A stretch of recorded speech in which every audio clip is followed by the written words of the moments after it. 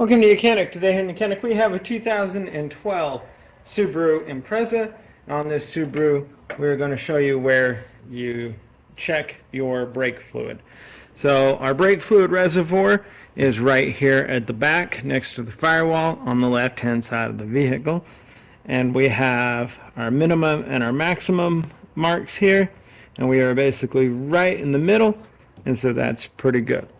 We don't ever want it to go below the minimum where we get air into the system, because that is not good.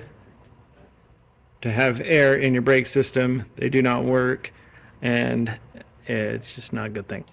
So if we need to add some brake fluid, this is our cap that we'll remove. So you would clean off the cap, and we want to minimize any type of debris that can go in there. And we're going to put the fresh brake fluid inside there, and we want to make sure that we put a .3 brake fluid in and fill it up to the max line. Now there is a brake service that's going to happen on this vehicle, so we're not going to add brake fluid at the moment, because when we press it back up in here, we don't want to overflow it. But if you do turn out that you are constantly adding brake fluid, you're going to have a leak somewhere, because that's a closed system.